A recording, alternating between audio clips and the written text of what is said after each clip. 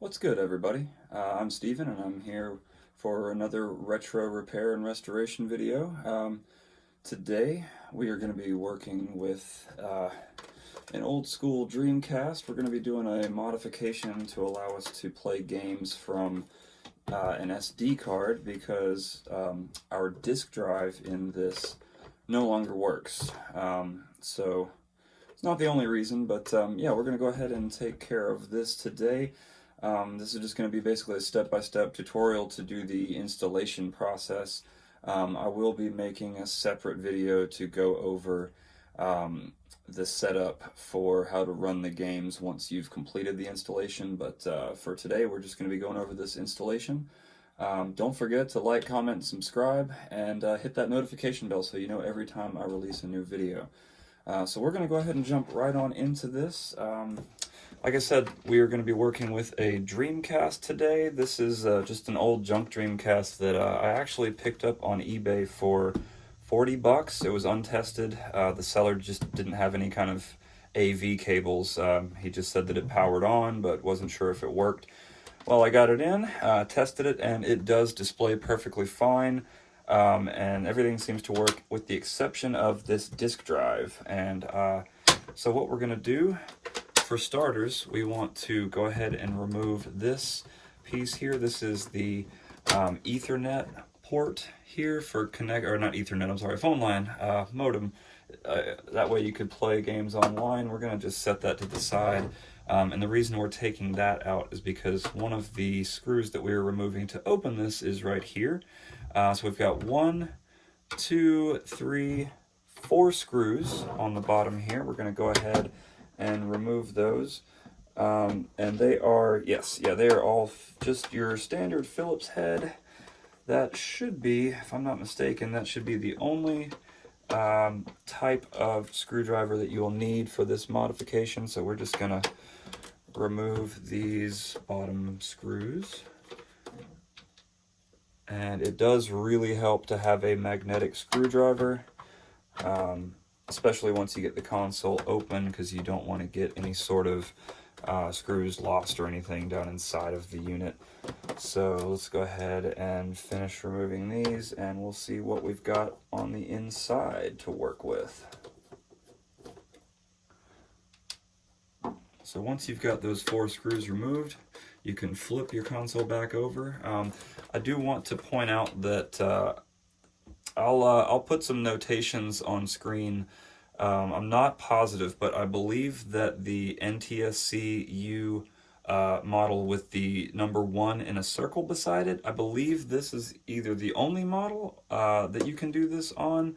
It might be also the ones with the 2 in a circle. I'm not positive. Like I said, I'll put it on the overlay on the screen, but what we want to do now is get it flipped over right side up, and we can actually just slide this top panel right off. And so now we've got to look at our internals here. Definitely a little bit of dust in this bad boy. I guess that is to be expected, though.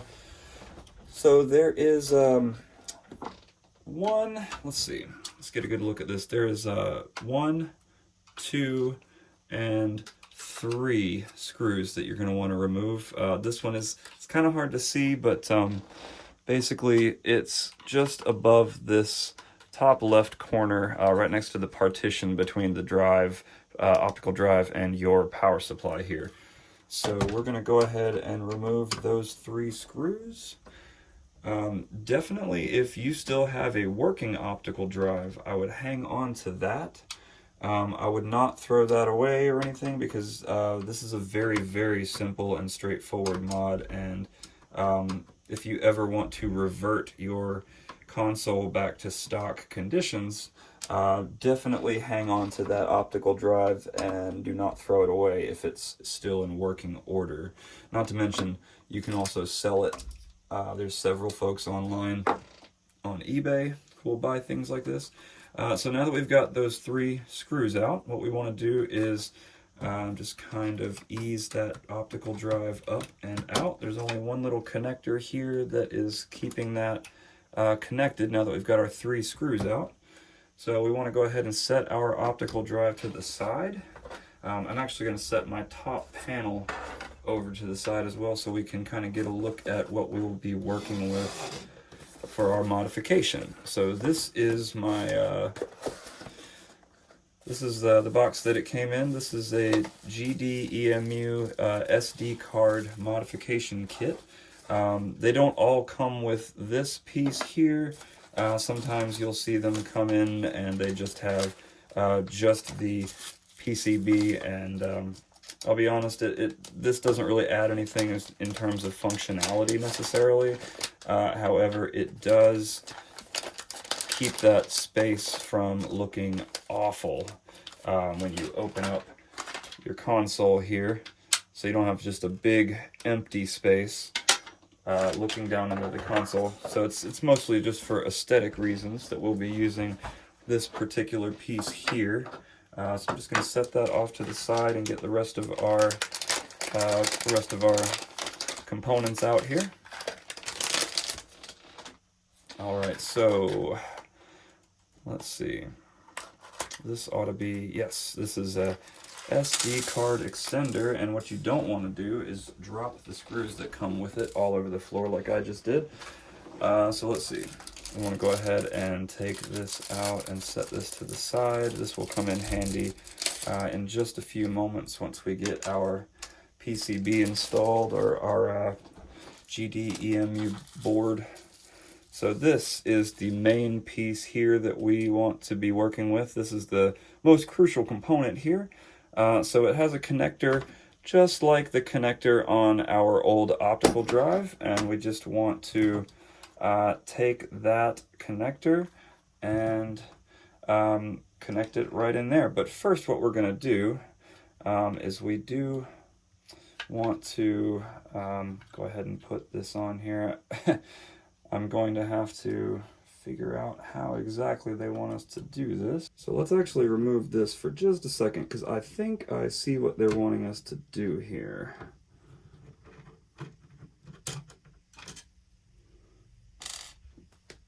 I believe if we disconnect this, so be very careful because it's very snug.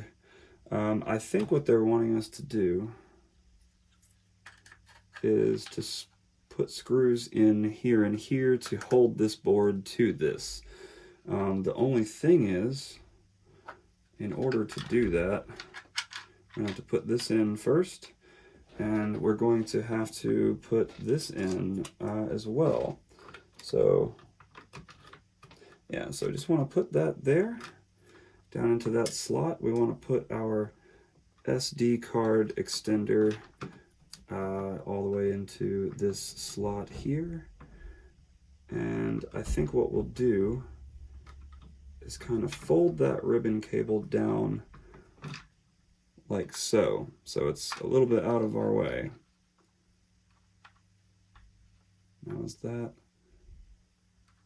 Yeah, that does sort of seem like that's what they want us to do. So we're going to try it that way. We're going to set this over to the side.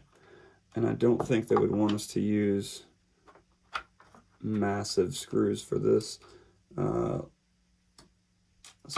I actually think what we're going to use are these sort of mid-size silver screws that come with it. Now these kits, it's going to depend very much on where you got the kit as far as what they come with. This is not the official kit because they are very pricey. They can go anywhere from $60 to about $400 or $500 for this kit. I was luckily able to find one for pretty cheap. I don't want to say where, but there are definitely places online. If they decide to sponsor me, maybe I'll consider name dropping, but yeah, until then I'm not giving any free shout outs here. Alright, so I think we've got that sorted out. We've got our spinning GameCube button there. So this is our modification. I don't think that there are any other screws that we are missing, because it appears now that this corner and this corner are the only ones, because this will be stable enough just by being plugged into our port here. So we just want to plug that in, and we want to make sure that our small blue standoff piece is still down here. That way we can take this longer silver screw and just kind of put that directly through here and screw that in. That will give us a little bit more stability here, because we definitely don't want this little board just kind of flapping around and, you know, doing whatever it wants. So, and then we're going to put this other screw back in at this top corner here. Let me see if I can kind of give you a better view of where that will go. And that is pretty much it, if I'm being honest. What we can do now, you might notice we have these two spare screws left over from the optical drive. Well, that's because one of the ones we needed to go back in one of the spots came with the kit. One of those we reused, but the other two we did not need. So what we want to do now is go ahead and open up that disc tray and close this down. And if we've done this right, let's see.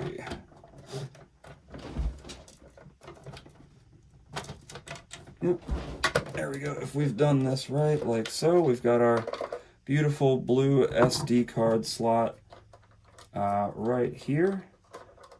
And we can click that SD card in and out. And there's also a slot to house an extra SD card if you'd like to have a backup. We're just going to go ahead and click that in there and close this. And then what we want to do is flip this over and replace those 4 original screws. So we're going to put the one at this top corner that was where the modem originally came out. We're going to replace the ones in the other 3 corners as well.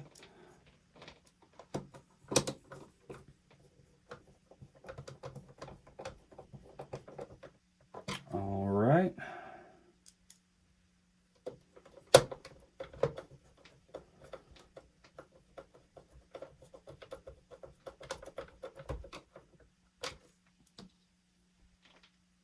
And I've been very excited about this mod myself because Dreamcasts are not exactly cheap to come across in working order, and I was lucky enough to only have to pay 40 bucks for this thing. Only thing that it needed was a replacement disk drive, but now we have a beautiful transparent blue SD card slot mod here, so we can give this a shot. As I said, I'll be making another video to go over the setup. There's a pretty, I wouldn't say it's difficult, but there is a slightly more complicated than usual when dealing with emulation and SD cards process for putting games on the actual SD card and having them be able to run through this mod. So like I said, I will be making a follow-up video pretty shortly here to kind of go over that. So stay tuned for that. But yeah, thanks for watching, everybody. Definitely appreciate everyone who comes here to watch these and check out all these mods and restorations and whatnot. So don't forget to like, comment, subscribe. Let me know what you thought down in the comments below, and let me know what other mods or repairs you would like to see me do. So thank you for watching, and we'll see you on the next video.